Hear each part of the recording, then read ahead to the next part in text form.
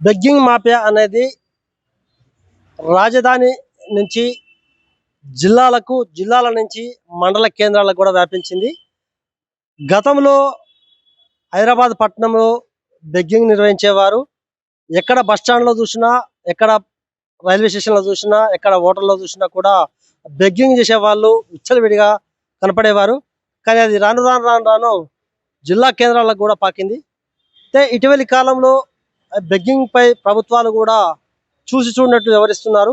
అసలు ఈ బెగ్గింగ్ అంటే వాళ్ళ జీవనోపాధి వెళ్ళక బెగ్గింగ్ చేస్తున్నారా, లేకపోతే ఈ బెగ్గింగ్ వెనక ఎవరన్నా ముఠా ఉన్నదని కూడా సూర్యాపేట జిల్లా కేంద్రంలో ఒక చర్చనీయమైంది.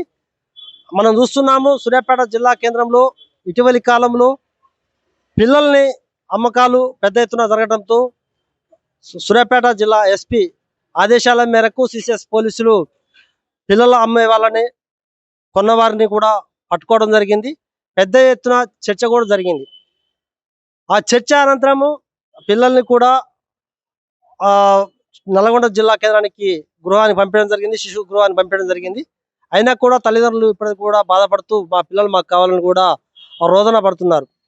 అది ఒక పక్క అలా ఉండగానే 2 రోజుల క్రితం క్యూన్యూస్ అండ్ శరణార్థి బ్యూరో సోమన్న గారి ఆదేశాల మేరకు నల్లగొండ జిల్లా మా స్టాఫ్ రిపోర్టర్ దినేష్ 20 మంది పిల్లల్ని పై వార్త చేయడం జరిగింది. వెంటనే నల్లగొండ జిల్లా అధికారులు అటు పిల్లల్ని ఎవరైతే బెగ్గింగ్ చేస్తున్నారో ఆ పిల్లలని మొత్తం ఎక్కడెక్కడ ఉన్నారని కూడా వాళ్ళని తనిఖీ చేసి వాళ్ళంటినే పట్టుకొని వాళ్ళందరినీ కూడా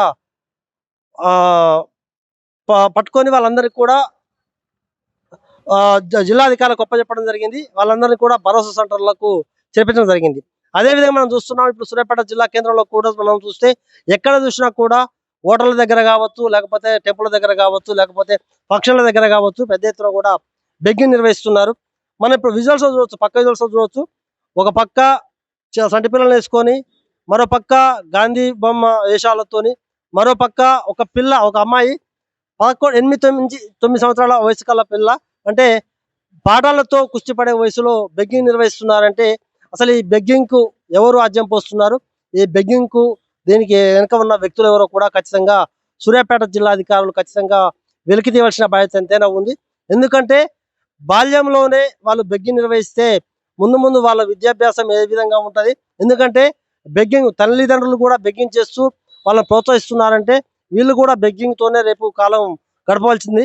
ఎందుకంటే విద్య అనేది ఎవరి సొత్తు కాదు, ఎవరి మేధస్సు కాదు. ఎందుకంటే పాఠాలు నేర్చుకుంటేనే విద్యాభ్యాసం చేస్తేనే మేధస్సులు అవుతారు. ప్రభుత్వాలు మాత్రం చూస్తున్నట్లు వ్యవహరిస్తున్నారు.